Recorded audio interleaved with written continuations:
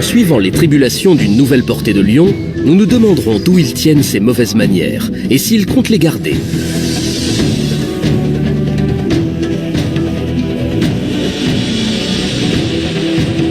En clair, est-ce un comportement typique de leur espèce ou doit-on les considérer comme des lions qui tournent mal ?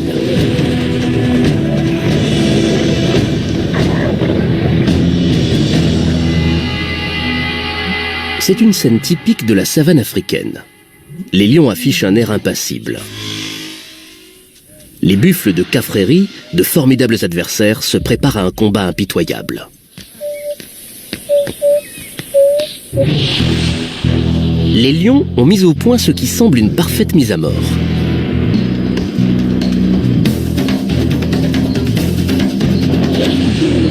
Ils peuvent compter sur la force conjuguée des membres de la troupe pour abattre ces géants. Et ils ont des mâchoires spécifiquement conçues pour broyer les trachées. Le baiser de la mort, rapide et propre. Un grand classique.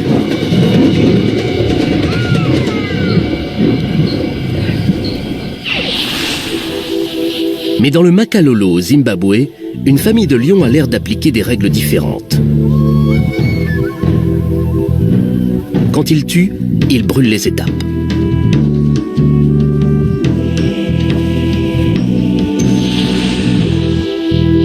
À cette époque de l'année, la portée de l'an dernier vient grossir les rangs de la troupe. Exceptionnellement, 7 des 8 lionceaux sont des mâles. Ce facteur peut-il expliquer la technique de chasse particulière de cette famille ? Au sein du groupe, c'est le mâle dominant qui tire les ficelles.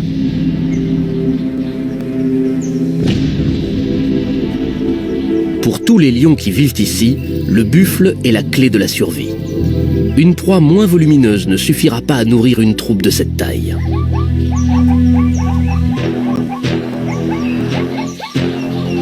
Les 7 frères ont une sœur.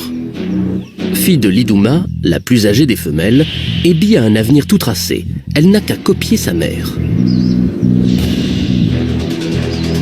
En revanche, Liduma risque d'avoir plus de mal à former ses fils à l'art de tuer. 2 d'entre eux semblent déjà montrer d'excellentes dispositions. Marlou a tout dans les muscles et Kimba tout dans la tête. Ensemble, ils peuvent réellement faire bouger les choses. Mais ils doivent avant tout apprendre à chasser. Le temps qu'il leur reste à passer dans la sécurité de la troupe leur est compté.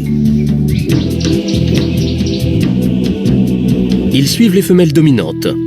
Notre premier aperçu du fonctionnement de cette famille. Mardi, la sœur de Liduma, identifiée par un collier émetteur, est une sorte de second mentor pour les lionceaux.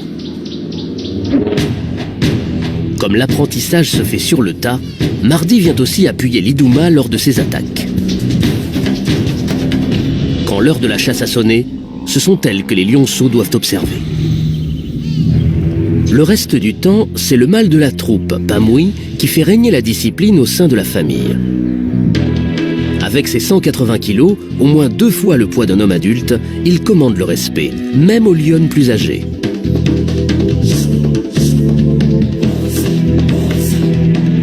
S'il sent la moindre contestation, la situation peut s'envenimer.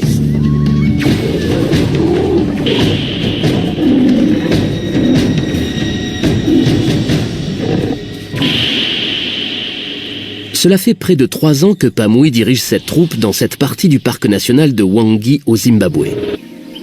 Son territoire, une vaste étendue de broussailles, dans la cuvette du Makalolo, abrite d'immenses troupeaux de buffles. Les lionceaux vont devoir apprendre à s'attaquer à des animaux qui ont un poids 4 fois supérieur à celui d'un lion. Et le caractère qui va avec.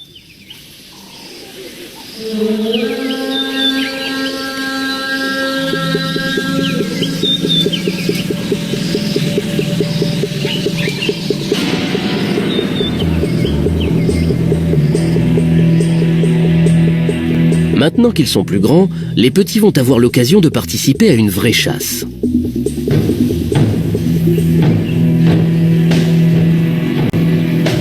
Les buffles se présentent au combat, armés des cornes les plus lourdes et les plus meurtrières du royaume animal.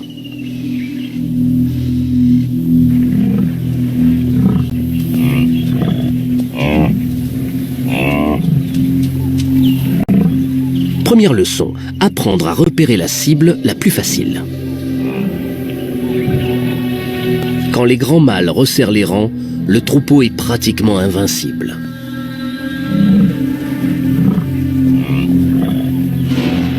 L'Iduma prend la tête de la troupe. Elle est toujours aux avant-postes. Mais comment les nouvelles recrues vont-elles réagir devant la ligne de front des buffles ?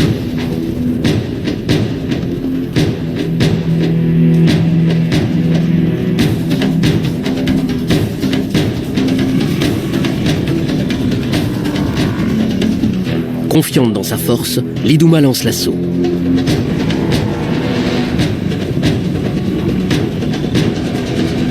Elle a une petite femelle dans sa ligne de mire. Les deux lionceaux viennent l'appuyer sur ses flancs. Les buffles ripostent. L'Iduma se replie et les petits se dispersent. Mais elle n'abandonne pas la partie si facilement. Elle lance une nouvelle attaque, mais le troupeau a repris l'avantage.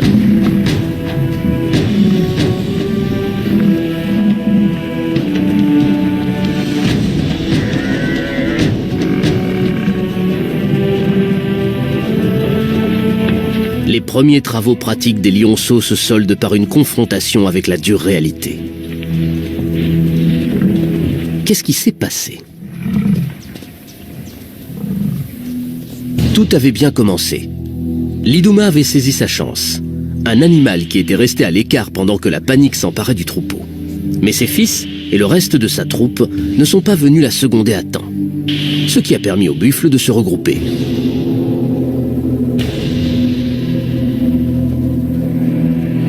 Au bout du compte, les lions ont été pris de vitesse par leur proie. La supériorité numérique et le jeu collectif l'ont emporté.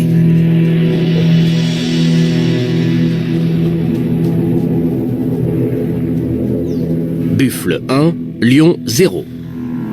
Ces lionceaux ont encore beaucoup à apprendre. La jeune femelle aussi. Elle l'a échappé belle. Mais elle a au moins montré qu'elle avait hérité des talents défensifs de sa race. Et elle en aura besoin.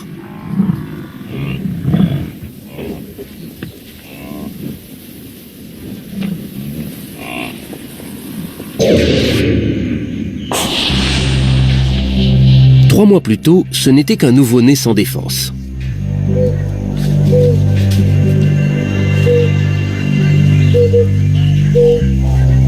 Encore couverte de placenta, elle s'est péniblement dressée sur ses pattes et en quelques jours, elle a rejoint la sécurité du troupeau.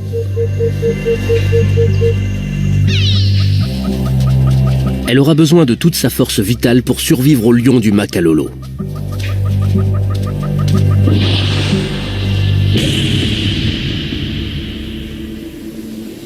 C'est la saison la plus sèche de l'année et la troupe prend l'habitude de repas plus faciles. À mesure que les animaux succombent à la soif, la faim et l'épuisement, la face cachée des lions semble faire surface.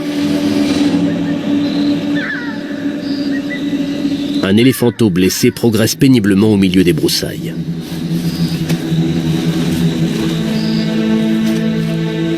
Il est suffisamment bruyant pour attirer l'attention, celle qu'il vaut mieux éviter d'éveiller.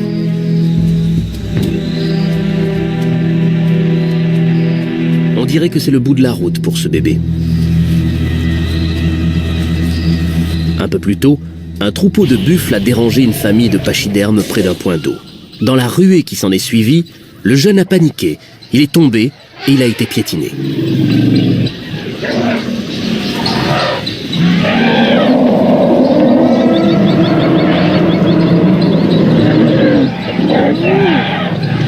Laissé pour mort, il a réussi à se redresser.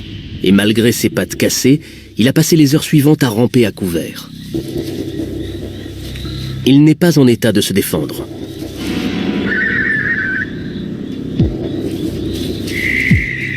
Généralement, on s'attend à voir les lions étouffer leur proie en serrant les mâchoires autour de leur trachée avant de les dévorer. C'est la première fois que Marlou et Kimba, les fils de l'Iduma, sont confrontés à une telle situation. Que vont-ils faire ?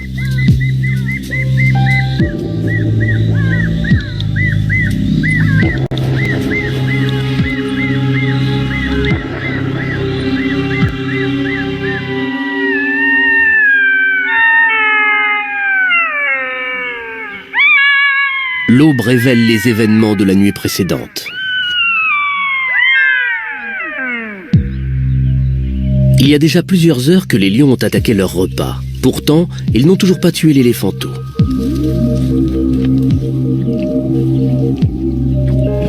Il est encore vivant, mais il bouge à peine. Le traumatisme l'a probablement plongé dans un état semi-comateux.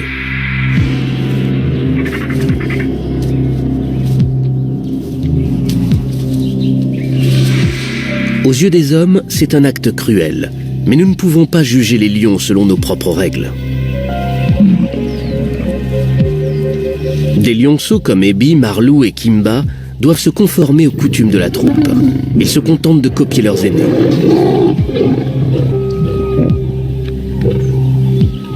Qu'est-ce qui a poussé les vieilles lionnes du Makalolo à sauter l'étape de la mise à mort ?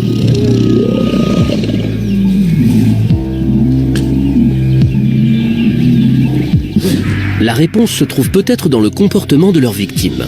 Ce bébé éléphant n'a opposé aucune résistance. Une mise à mort rapide d'une précision chirurgicale ne servirait-elle qu'à maîtriser une proie qui se débat ? L'éléphanteau est mort quelque temps plus tard. Mais les mouvements de la troupe après cet événement peuvent nous révéler ce que cache ce comportement inhabituel. À plusieurs reprises, ils ont abandonné la carcasse avant d'y revenir. Le fait qu'ils se permettent de laisser leur repas sans protection indique qu'ils ne craignent pas la concurrence. Sur le territoire défendu par Pamui, la famille de l'Iduma ne rencontre aucune opposition. Ce n'est pas un cas unique chez les lions sauvages, mais c'est un rare privilège.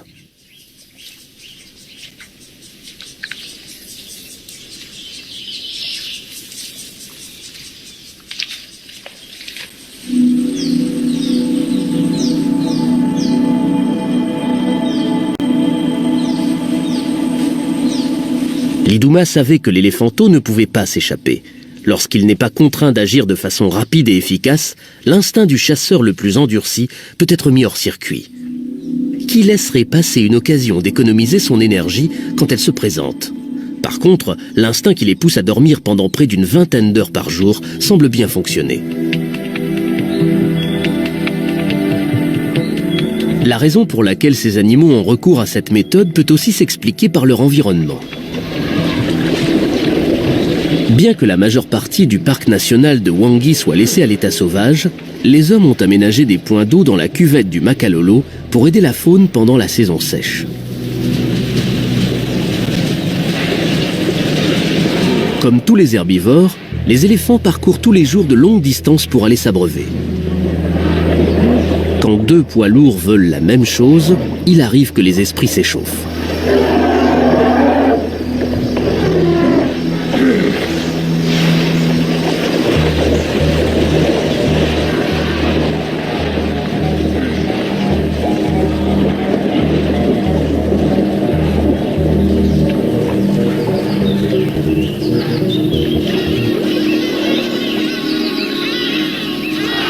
Devant le flot régulier d'animaux assoiffés qui traversent leur territoire, il semble logique que les lions adoptent une technique de chasse qui leur permettra de profiter au mieux de cette manne.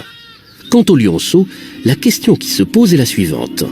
Le fait de dévorer une proie vivante est-il un événement ponctuel ou risque-t-il de devenir une habitude ? La nuit est tombée. La troupe de Pamui repart à la chasse. Une autre séance d'entraînement pour les jeunes. L'Iduma est encore une fois le pivot du groupe. Il n'est pas rare que les femelles adultes effectuent le plus gros du travail de la chasse. Mais ce soir, l'Iduma a une tâche encore plus importante. La force de Marlou et l'intelligence de Kimba se sont développées. Mais pour que leur contribution soit valable, leur mère doit leur apprendre encore une chose.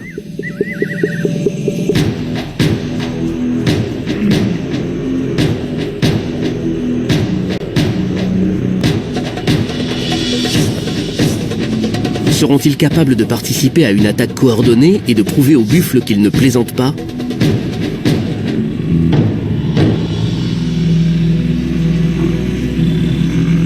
Les veaux, petits et vulnérables, sont maintenus au centre du troupeau, à l'écart de la ligne de tir. Cette gigantesque muraille de chair vivante est redoutable, même pour un lion. La troupe sent son courage l'abandonner.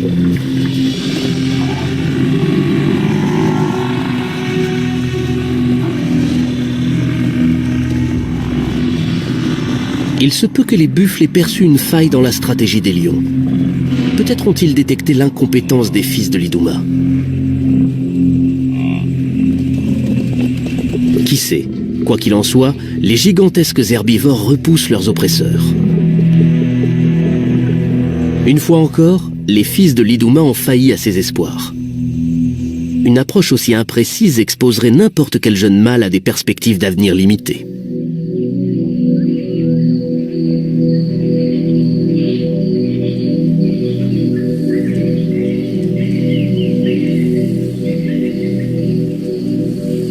Mais encore une fois, le Makalolo leur offre une solution de facilité. Un autre minuscule bébé éléphant déambule à l'écart.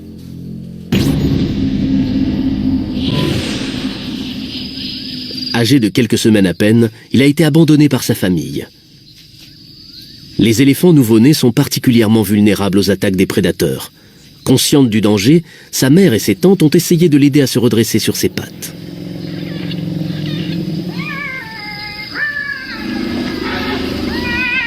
Mais il n'en avait pas la force.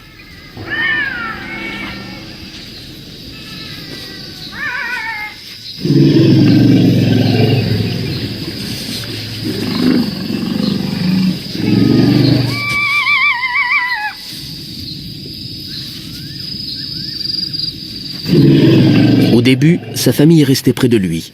Mais finalement, elle n'a pas eu d'autre choix que de l'abandonner en laissant la nature suivre son cours.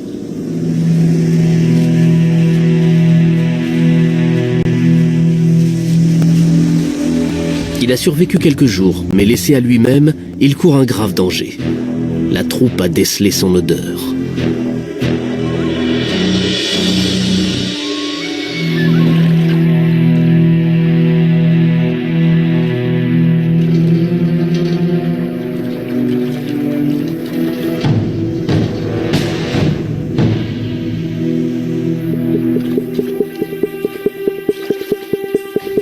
Par un heureux coup du sort, un éléphant mâle fait irruption sur la scène et retarde l'attaque des lions.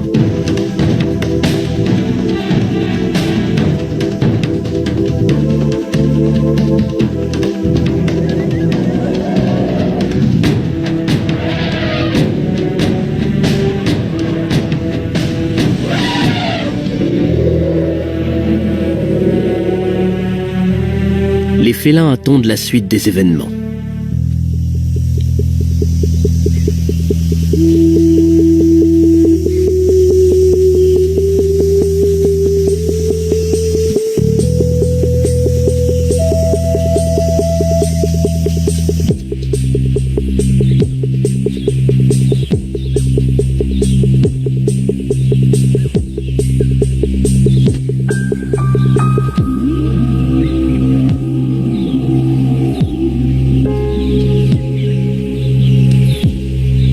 L'orphelin n'est pas encore hors de danger. Comment le grand mâle, un solitaire aux réactions imprévisibles, tolérera-t-il la présence de l'éléphanteau? Ils forment une alliance hautement improbable.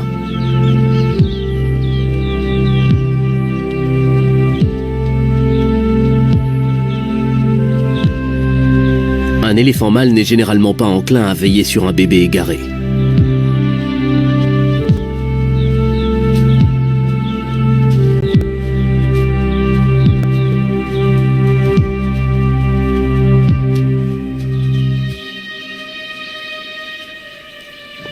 Leur nouvelle amitié n'a duré que quelques heures. Le jeune poursuit seul son chemin.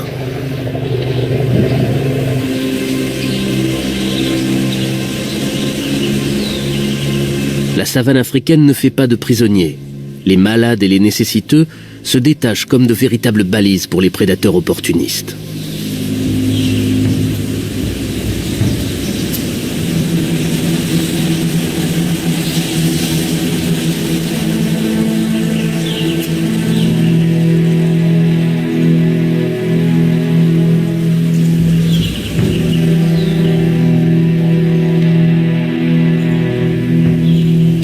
Les vautours sont déjà sur place. Ce sont des experts dans le domaine de la prévision des morts imminentes. Surpris par la tombée de la nuit, ils devront attendre un jour de plus. L'expression « la part du lion » a sa raison d'être. Ils s'attribueront la plus grande partie de ce repas. Déshydraté, probablement traumatisé, le bébé éléphant rend l'âme, s'épargnant ainsi une mort plus horrible. Marlou et Kimba sont maintenant des adolescents. Ils ne le savent pas, mais c'est la dernière fois qu'ils auront un accès aussi facile à la nourriture. Ils vont avoir de la concurrence. Bien qu'ils n'en aient pas conscience, leur mère Lidouma est à nouveau pleine. Marlou, Kimba et leurs 5 frères vont bientôt devoir envisager de changer d'air. Il y a 3 mois et demi, Pamouille a détecté l'odeur qui lui indiquait que les lionnes étaient prêtes à s'accoupler. Il les a montées plusieurs fois par heure pendant 4 jours, un véritable marathon sexuel.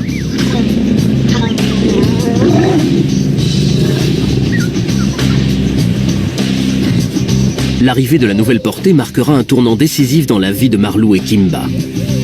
Ce surcroît de bouche à nourrir va les placer dans une situation critique. Cette concurrence supplémentaire ne va pas leur simplifier la vie.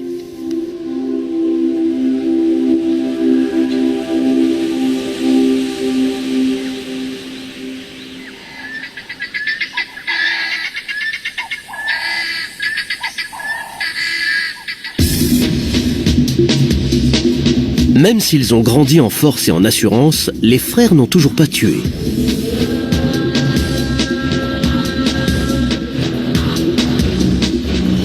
Leur enseignement arrive à son terme.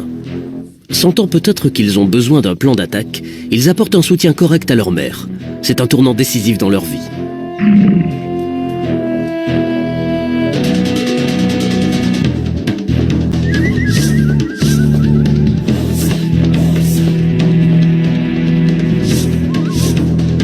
Les buffles ont l'air déstabilisés. Une charge éclair sème la panique dans leur rang. Dans la confusion, un animal se laisse distancer.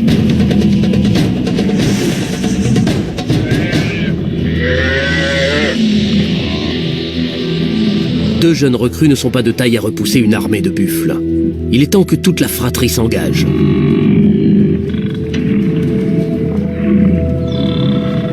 Les buffles se déploient pour créer un front uni. C'est l'impasse.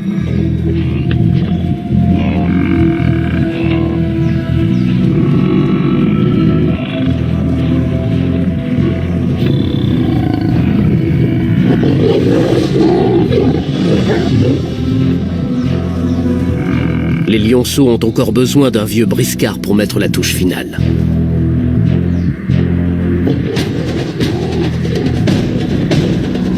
Cette fois, c'est leur tante, Mardi, qui arrive en renfort.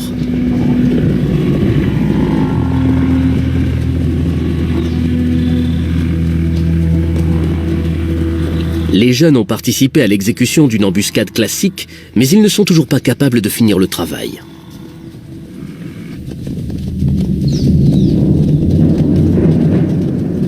Comme les buffles se sont retirés à distance raisonnable, Lidouma en profite pour enseigner une autre leçon essentielle à ses fils. Au lieu d'étouffer rapidement le veau, elle le lâche pour permettre aux jeunes de le tuer. Brusquement confrontés à cette possibilité, les lionceaux semblent déconcertés, presque indifférents.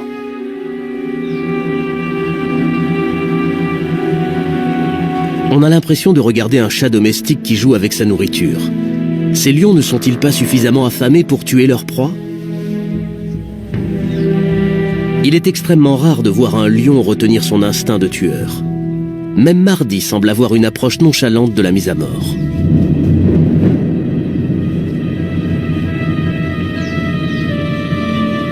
Tout à coup, le veau se débat et l'instinct primitif prend le dessus. Mardi attrape l'animal à la gorge.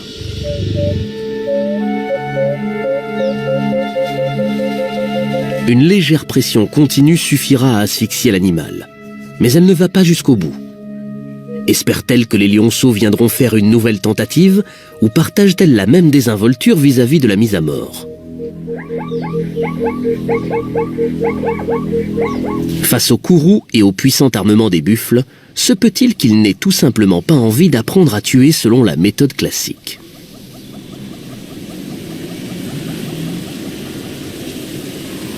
Les lions attendent la tombée de la nuit pour se mettre à table.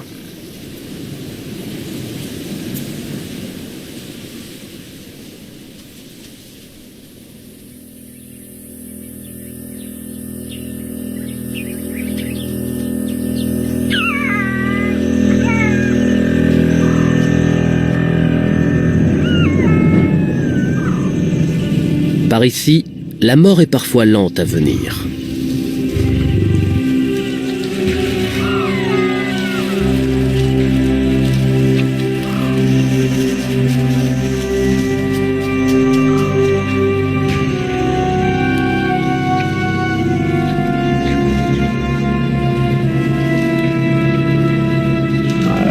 Marlou et Kimba ont d'autres problèmes à résoudre.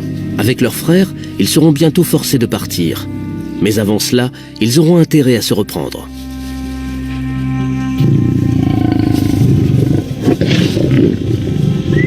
La dynamique familiale est sur le point de changer. En grandissant, les jeunes mâles tendent à dominer leur mère, mais ils ne sont toujours pas capables de tuer par eux-mêmes.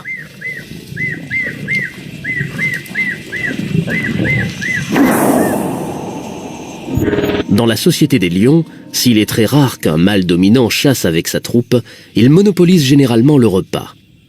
Pamui arrive juste à point.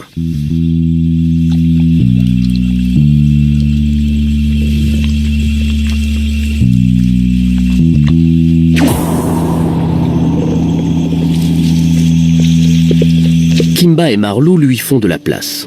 Les deux frères sont unis par un lien très fort, un lien qui pourrait un jour les placer en concurrence directe avec leur père. Bien décidé à réfréner leur ardeur, Pamui prend les choses en main.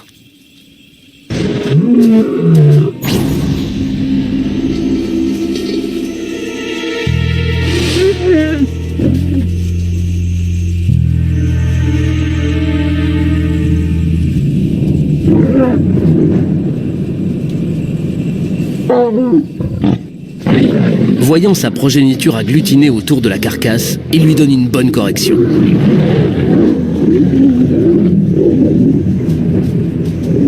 Les jeunes ont appris une autre leçon. Les grands mâles sont les premiers servis. Kimba attrape ce qu'il peut et bat en retraite.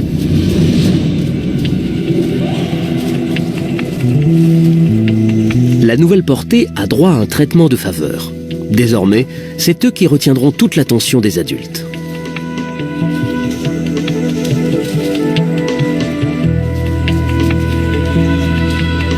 Le patriarche se contente d'attendre le moment inévitable où ses fils aînés quitteront la troupe.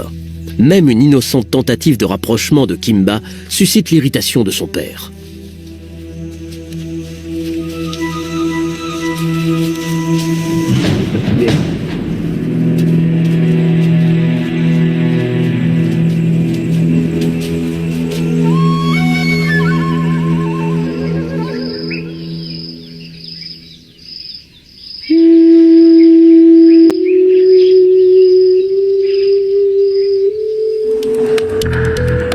Les tensions couvent jusqu'au mois d'octobre. C'est alors que la canicule s'abat sur le Makalomo.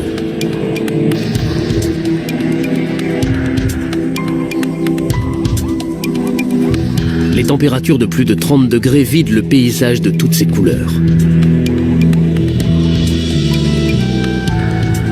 Des tempêtes de poussière balaient le sol, et même les points d'eau artificiels s'assèchent.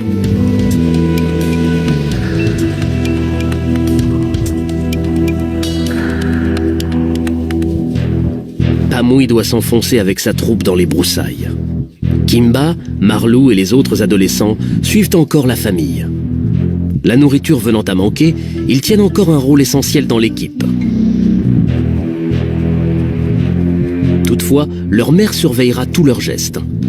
Les nouveaux lionceaux sont maintenant sa priorité.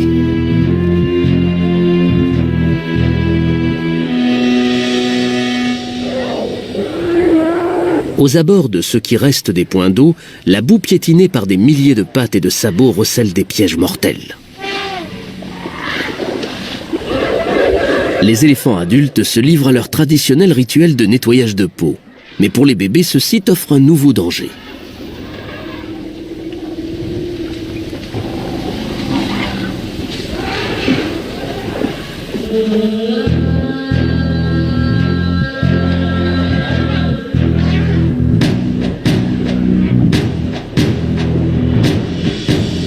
La boue agit comme du sable mouvant dans lequel le petit s'enfonce jusqu'au poitrail. Il n'a pas la force de s'extirper, et plus il se débat, plus il s'enfonce.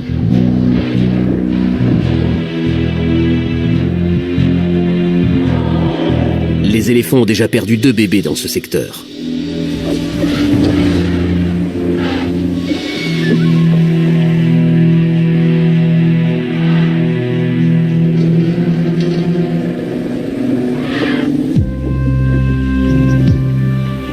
Cette fois, l'intervention de la mère est couronnée de succès.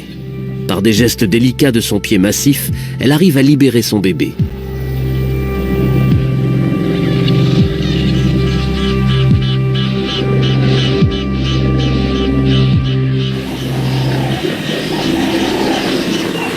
La boue est une menace pour tous les animaux. Les buffles ont de larges sabots aplatis qui leur permettent de rester à la surface, mais la mare est criblée de fondrières invisibles. Il suffit de glisser dans l'une d'elles pour être aspiré par la boue.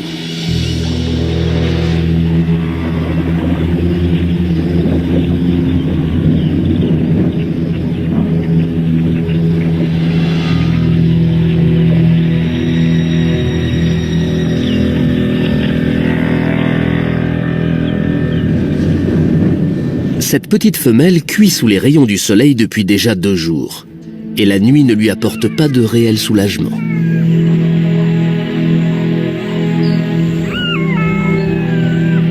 Les chacals sont devenus de fidèles compagnons. Ils attendent que la couche superficielle de boue durcisse suffisamment pour leur permettre d'accéder au festin.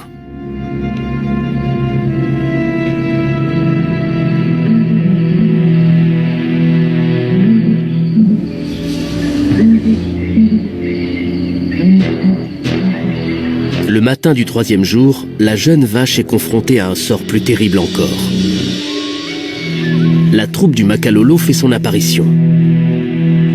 Comme d'habitude, l'Iduma prend la tête des opérations.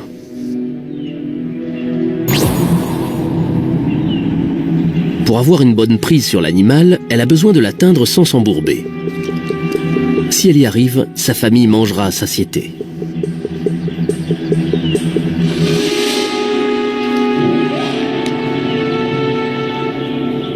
Les lions se méfient de la boue. L'Iduma contourne prudemment la surface desséchée par le soleil.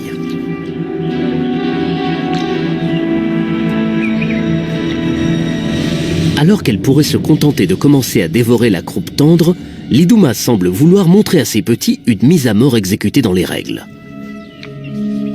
Comme elle ne peut pas atteindre la trachée, elle mord sa proie au naseau et maintient sa pression suffisamment longtemps pour l'achever rapidement. La raison qui a poussé la lionne à effectuer cette mise à mort traditionnelle est un mystère.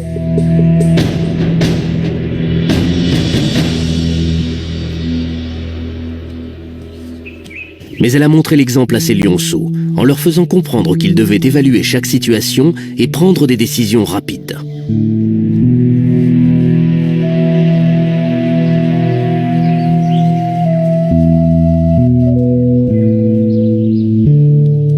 Ce buffle était peut-être plus menaçant qu'il n'en avait l'air. S'il s'était débattu, il aurait pu entraîner un des lions dans la boue.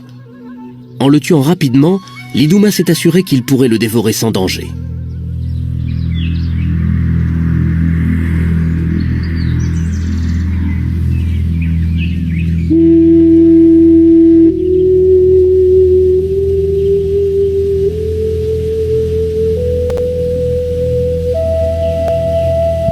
Les jeunes lions se sont accordés un répit en se nourrissant d'animaux affaiblis par les rigueurs de la saison sèche. Mais pour Kimba et Marlou, ces journées nonchalantes passées auprès de leur mère en dépendant entièrement d'elle pour la nourriture sont comptées.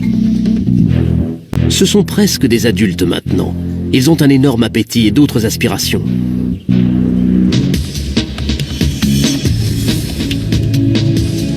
Le mois de novembre apporte la fraîcheur tant attendue.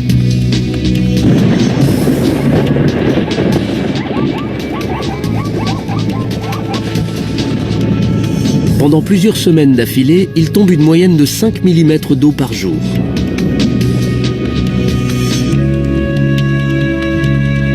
Petit à petit, la pluie ravive la végétation desséchée.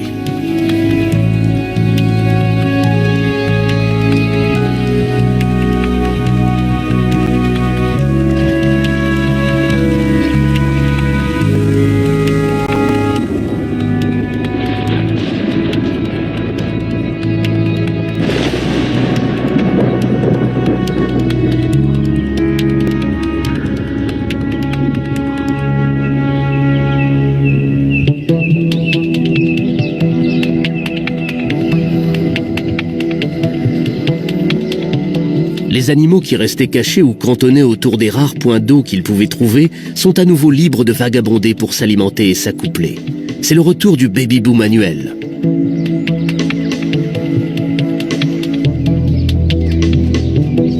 Peu de temps après avoir mis bas, la plupart des mères sont à nouveau fécondables. Les mâles s'affrontent pour gagner le droit de s'accoupler avec elles.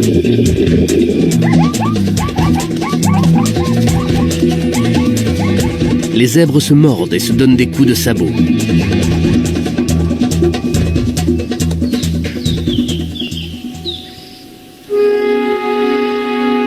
Une femelle reste tranquillement à l'écart. Son bébé mort-né gît sans vie depuis plus de 24 heures. Mais elle continue à veiller sur lui.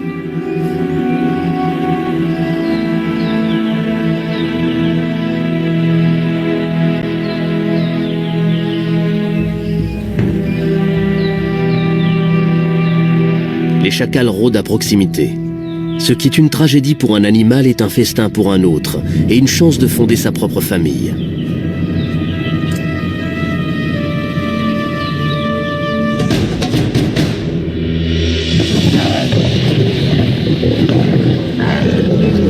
Dans le Makalolo, les pluies sont synonymes d'abondance, mais aussi de bouleversement. Les adolescents de la troupe abordent une période difficile. Ils doivent travailler pour gagner leur nourriture et prennent régulièrement part à la chasse.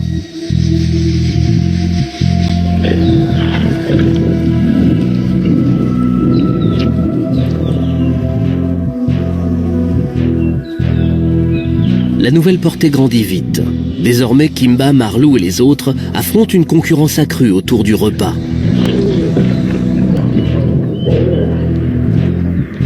Les jeunes mâles ont appris au cours de leur croissance à rester au-dessus de la mêlée. Instinctivement, ils savent qu'ils ne doivent pas se disputer les places, et ils connaissent suffisamment bien leur père pour savoir qu'il étouffera toute velléité contestataire.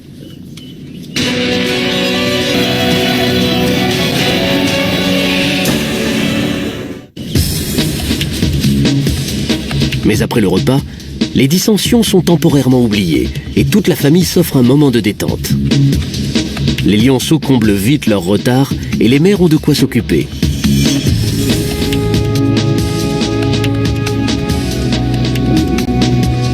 Leurs aînés ne tarderont pas à être expulsés.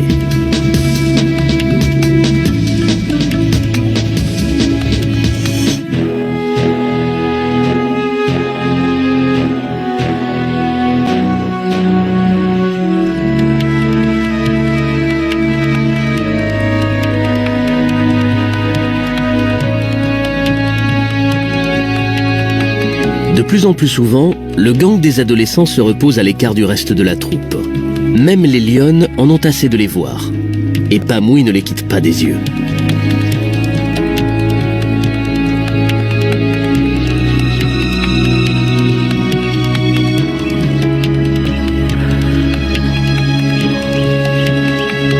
Ils forment une redoutable coalition. 7 nouveaux mâles qui pourraient un jour menacer leur père dans son statut de seigneur du Makalolo. Leur réussite dépendra de la force de leurs liens. Même sans leurs autres frères, Kimba et Marlou pourraient faire sérieusement concurrence à leur père pour ce qui est des femelles et du gibier. Leur unique sœur restera dans la famille. Les jeunes femelles quittent rarement le clan maternel. En revanche, ses frères devront partir avant d'avoir atteint leur maturité sexuelle, vers 2 ou 3 ans. Et dans ce secteur, ils seront bien forcés de chasser le buffle s'ils veulent avoir la moindre chance de survivre. Kimba et Marlou vont affronter un environnement dangereux et imprévisible. Ils devront traverser une multitude d'autres territoires. Les mâles des troupes environnantes seront prêts à défendre leur lopin de terre jusqu'à la mort. Maintenant que leur crinière s'épaissit et que la testostérone commence à bouillonner dans leurs veines, ils ne tarderont pas à avoir eux-mêmes envie de partir. Espérons que ce qu'ils ont appris leur permettra d'affronter de nouveaux rivaux.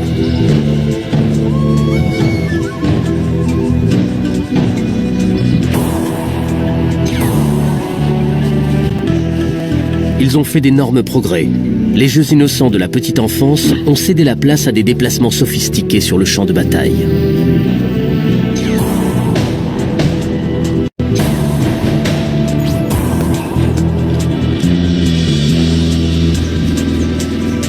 Après des mois et des mois de tâtonnements, Kimba, Marlou et leurs autres frères sont prêts à chasser comme une seule entité.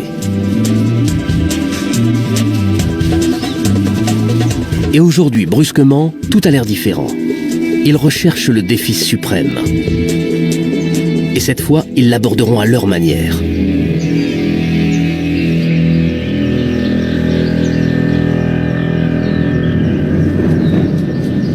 Exceptionnellement, ils n'ont pas de lion adulte pour les sortir du pétrin. Mais ils se montrent à la hauteur de la situation. Un bon travail d'équipe les aide à localiser et à tendre une embuscade à un buffle solitaire.